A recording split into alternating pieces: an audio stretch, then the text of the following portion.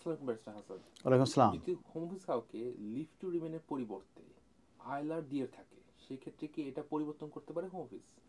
Answer হচ্ছে yes. Recently আপার ট্রাইব্যুনালে একটি কেসে তারা কনফার্ম করেছে যে হোম সেক্রেটারির ইমপ্লয়েড পাওয়ার আছে কারেক্ট করার ক্ষেত্রে যদি কোনো ইনভার্টেন্ট এরর্স যদি হয়ে থাকে সেটা মূলত হোম অফিস কারেক্ট করতে পারবে।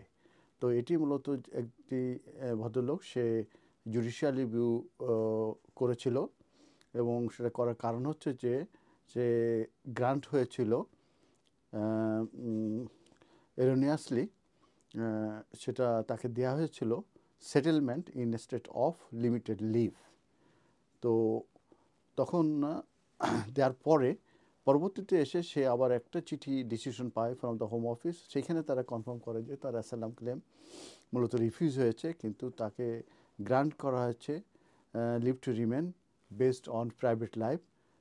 এবং তার যে পরের যে লেটার ছিল বলা হয়েছিল যে সে মূলত সেটেলমেন্ট গ্রান্টেড হয় নাই।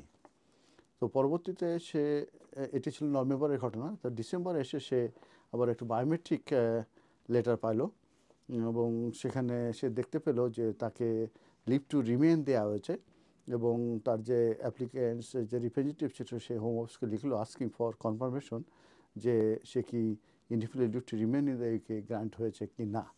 On 22nd December 2023 home office send corrected letter. তারা তাদের যে লেটার পূর্বের লেটার যে সেটেলমেন্টের যে লেটার দিয়ে সেটা কারেক্ট করে কনফার্ম করলো যে the grant was for permission stay for 2.5 years। তার মানে সেটেলমেন্টের তাকে দেওয়া হয়নি, এটা ভুলবশত দেওয়া হয়েছিল, এরোনিয়াসলি দেওয়া হয়েছিল। মূলত তাকে 2.5 years লিভ টু রিমেন দেওয়া হয়েছিল asylum following refusal of asylum claim on the basis of private life, মানে প্রাইভেট লাইফের বেসিসে তাকে 2.5 লিভ টু রিমেন দেওয়া হয়েছিল, কিন্তু এরোনিয়াসলি তাকে চিঠি পাঠানো হয়েছিল যে সে গ্রান্টেড সেটেলমেন্ট।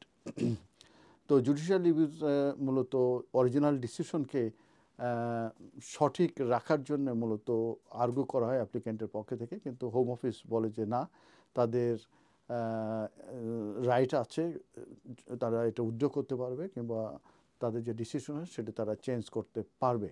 অতএব হোম সেক্রেটারির যে পজিশন সেটা বলছিল যে তারা কোনো এরোনিয়াস ডিসিশন সেটা তারা কারেক্ট করতে পারবে এবং তারা রেফারেন্স হিসাবে বলেছিল ইমিগ্রেশন অ্যাক্ট 1971-এ এই ব্যাপারে তাদেরকে পাওয়ার কিংবা অথরিটি দেওয়া হয়েছে।